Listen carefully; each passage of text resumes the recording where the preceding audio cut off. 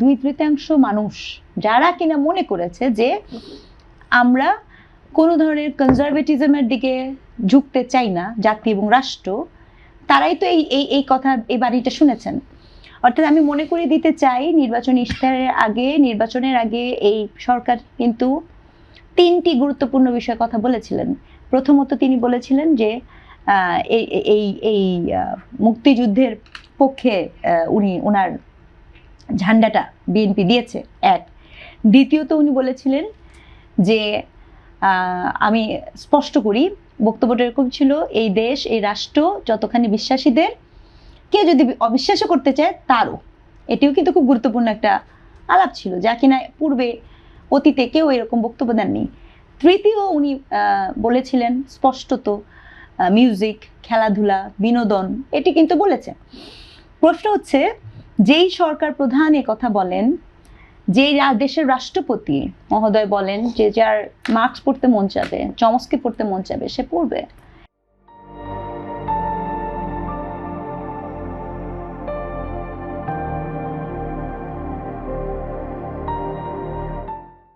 সেই রাষ্ট্রপতি, সেই রাষ্ট্রপ্রধান যখন থাকেন, সেই রাষ্ট্রে যখন আপনার নৌকাবাইজ বন্ধের কথা আসে, সেই রাষ্ট্রে যখন কনসার্ট বন্ধ হওয়ার আসে, সেই রাষ্ট্রে যখন ছবি দেখতে দেওয়া হয় না, তখন যখন রাষ্ট্রপক্ষ থেকে কোনো ধরনের কোনো ইনিশিয়েটিভ না নিয়ে নিরাপত্তার স্বার্থে এই ধরনের কার্যকারিতা অবলীলায় চলে যায়, তাহলে কি ওই সময় ওই বক্তব্যগুলো কেবলই রাজনৈতিক বয়ান ছিল? এটা প্রশ্ন আসবে না? আপনার কাজ কিন্তু আমরা সবাই জানি যে যে সংস্কৃতির চর্চা করতে চায় তাকে সেটা করতে দিতে হবে। রাষ্ট্রের কাজ কি? রাষ্ট্রের কাজ হচ্ছে সংস্কৃতির চর্চা করতে পারছি না কেন সেটাকে নিশ্চিত করা। কিন্তু দুঃখজনক যে সেই জায়গাটাতে আমি কোনো ধরনের ইনিশিয়েটিভ দেখতে পাচ্ছি না। আপনার ব্রাহ্মণবাড়িয়াতে ছবি বন্ধ হয়েছে, রাষ্ট্র কি করেছে? তারপর আপনার কনসার্ট বন্ধ হয়েছে, রাষ্ট্র কি করেছে? অ্যালার্মিং বিষয় কি জানেন? অ্যালার্মিং বিষয় হচ্ছে যে এগুলোকে এত লাইটলি দেখার সুযোগ নাই। কেন লাইটলি দেখার সুযোগ নাই? আপনি খেয়াল করে দেখেন, আমাদের যেই যত সোশ্যাল গ্যাদারিংগুলো, মানে ইচ অ্যান্ড এভরি গ্যাদারিং, একজন নৃবিজ্ঞানীর শিক্ষার্থী গবেষক হিসেবে আমি আপনাকে কতগুলো ক্রনোলজি দেখাই। গ্রামে আপনি হাঁটবেন, 2009 সালে নাসিরুদ্দিন ইউসুফ তিনি কি করলেন? গ্রামের বিনোদন মাধ্যম যাত্রা বন্ধ করে দিলেন। গ্রামের সার্কাস হতো বন্ধ, মেলা বন্ধ, সিনেমা হল বন্ধ। আমাকে উত্তর দেন, গ্রামের ওই মানুষগুলোর বিনোদন জগৎ কি? আমার গবেষণা কাজ বলে গ্রামের এই মানুষগুলোর বিনোদন জগৎ এখন ওই জায়গায় এসে দাঁড়িয়েছে, কেবলই আপনি একটা ওয়াজ মাহফিলের মধ্যে সীমায়িত থাকবেন। টঙের দোকানে মানুষ, বাংলা সিনেমা চলতো যেখানে, সেটা রিপ্লেস হয়েছে। এই ডিটোরেশনের দায় আমি আওয়ামী সরকারকে দিব। তারা এগুলো করেছে, তারপরে তো তারা কমই জননী হয়েছে, হওয়ার পরিণতি তারা ভোগও করছে। প্রশ্ন হচ্ছে, এই গভর্নমেন্ট কি শিখতে চাচ্ছে বা কি বলতে চাচ্ছে? এই গভর্নমেন্ট কি করেছে?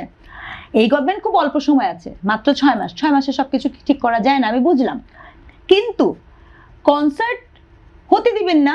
কনসার্ট কি? এটা এই সিদ্ধান্ত নেবে সংস্কৃতি মন্ত্রণালয়, স্থানীয় জেলা প্রশাসন। এই সিদ্ধান্ত কি সেখান থেকে আসছে? ব্রাহ্মণবাড়িয়াতে যেই দিন কনসার্ট বন্ধ হয়, ছবি বন্ধ হলো, ছবি যখন বন্ধ হলো, তখন আমি বলেছিলাম, ডিসি তখন বলেছে নিরাপত্তার স্বার্থে আমরা ছবিটা বন্ধ করতে বলছি। নিরাপত্তার স্বার্থে ছবি বন্ধ হবে কেন? নিরাপত্তা যাদের জন্য বিঘ্নিত হবে আপনি তাদেরকে নিয়ন্ত্রণ করবেন। আর যদি সেটি নিয়ন্ত্রণ করতে না পারেন, শিল্পীরা তো বলছে, আপনারা স্পষ্ট করেন, হবে না এই দেশে গান, গাইবে না কেউ, আঁকবে না ছবি, দেখবে না, ছবি নির্মাণ হবে না, এভরিথিং ইজ ক্লোজড। তাহলে ডিসিশন তো আপনাকে নিতে হবে। ওই যে ইউএন এর রিপোর্ট বের হয়েছে না, আল কায়দার দেখতে পাচ্ছেন না আপনি? তাহলে কি এখন আমাকে পরিষ্কার করতে হবে আমরা কি আল কায়দার কি দেখতে পাচ্ছি? আল কায়দার ঘাঁটি এখানে ঘাটা হয়েছে, এই রিপোর্টটা বের হয়েছে না? এই ধরনের একটা রিপোর্ট করেছে না, ইউএন সতর্ক করেছে না এই ধরনের রিপোর্টে। প্রশ্ন হচ্ছে, আপনি যদি একটু 1970-80 দশকের আফগানিস্তানকে দেখেন, 70-80 দশকের কাবুল বিশ্ববিদ্যালয়ে ওখানের মেয়েদের যে অবস্থা ছিল, ওই দেশটার যে অবস্থা ছিল, সেটি দেখে কি আজকের আফগানিস্তানকে বোঝা যায়? কল্পনাও করা যায় না। সেটি কোথায় ছিল সেটা কল্পনাও করা যায় না।